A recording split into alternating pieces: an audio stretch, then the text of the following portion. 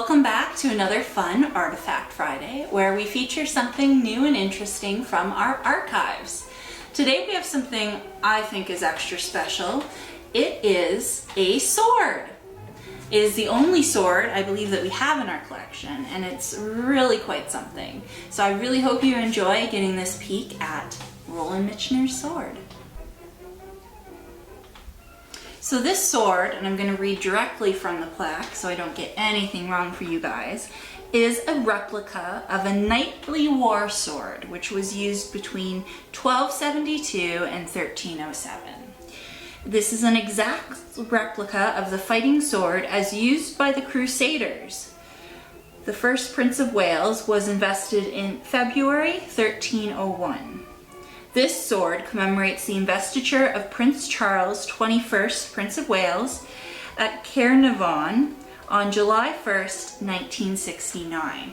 So this sword was ceremonial and was produced as a gift to different dignitaries to basically acknowledge that investiture of Prince Charles. So Prince Charles, Prince of Wales, is still Prince Charles, Prince of Wales. He will most likely be the next monarch upon the death of Queen Elizabeth II.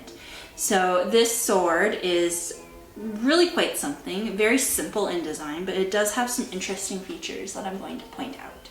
So this sword has some interesting details that really emphasize the importance of this event. So we do have kind of midway on the sword is Prince Charles' royal crest, and it says investiture in 1969, so it highlights the date of when this event occurred, a very prominent part of his life.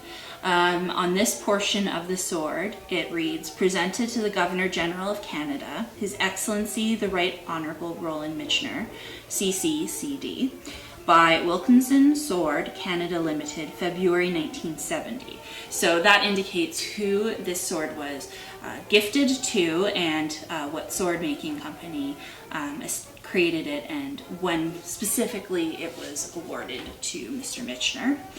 As well, at the base of the sword, there is the royal seal representing Queen Elizabeth II. And this seal is important because in order to work for the royal family, you have to be given a certain patents to be able to do that, to represent the monarchy when creating goods. So this here is the appointment by Her Majesty Queen Elizabeth II for Wilkinson Sword, London, to do the work by creating these swords. So that was very important. This sword itself was made in England by that company. And the pommel of the sword is kind of a gold color. It features Prince Charles' royal crest, so there's the coronet and 3 plumed feathers at the top, as well as some lettering in Latin.